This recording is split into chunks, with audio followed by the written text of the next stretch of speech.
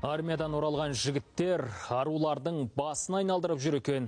Әскери борышын өтеген сарбаздардың қандай сыйқыры барын қайдам.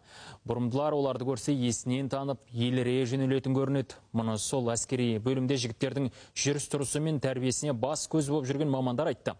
Сонда қызғырқынды өзіне қарататындай қазақ армиясы не үйретіп жатыр? Әріптесім жалғастырсын. Сағадат Нұрмағамбетов көзі тірі болғанда биыл 100 жасқа толар еді. Тәуелсіз Қазақстанның тұңғыш қорғаныс министріне арнап әскерилер челлендж ұйымдастырды. Ақтаудан басталған эстафетаны қабыл алған елордалық 500 сарбаз 24 шақырымға жүгірді. Халық қаһарманы Сағадат Нұрмағамбетов 100 жылдығына арналады. Және 390-шы теңіз жаяу әскерлері Ақтау қаласындағы челленджін 36-шы ерекше мақсаттағы бригадасы Тараз қаласындағы 5-ші механикалық бригадасына жолдайды. Ақтаулық теңіз құрлық әскерінің челленджін қазір Сағадат Нұрмағамбетов армия генералының 100 жылдығына арналған челленджге мен де қатысып бағым сынап көргелі жатырмын. Ендеше кеттік. Түркістандық Алмасхан әскерде борышын өтеп жүргеніне 3 айдан асыпты. Сарбаз барлық жастарды әскерге келуге шақырды. Ұрып соғуында ешқандай жоқ, қазір баяғыда емес, есіп жататындай. Әскерге келіңдер, қашпаңдар ешқашан. Нағыз азамат екенін дәлелдеңдер. Осы қасында сарбаздар секілді әскерден қашпай өз еріктеріңмен келіп, нағыз азамат патриот екендерін көрсетіңдер.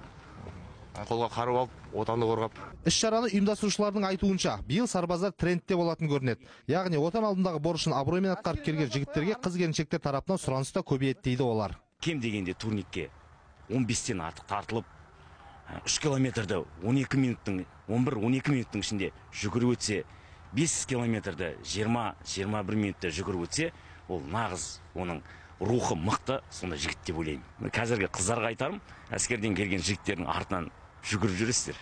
Алда уақытта ол нәрсе болады. Және де бұрында болған сол ағаларымыздың қазір үлгісін біз жалғастырып жатырық. Азаматтық борышын өтеп жүргендер миллиондаған көрермені бар Еуразия арнасының мүмкіндігін мүлт жібермеді. Осы сәтті қолдана отырып, үй ішіме, әке-шешеме, достарыма барлығына сәлем айтқым келеді. Жамбыл облысы Тараз қаласына жалынды сәлем. Анашым, мен сізді жақсы көрем. Алматы қаласы Қалқаман ауданында әкешім тұрып жатыр. Және де сол әкешіме сәлем жолдағым келеді. Толбаев Индира Абайбековна, мам, сәлем, қалайсыңдар? Мен осы жақында сестренкам туылды, осы жақында. Сол бір жылдан кейін келем, уайымдамаңыздар, бәрі жақсы, бәрі керемет.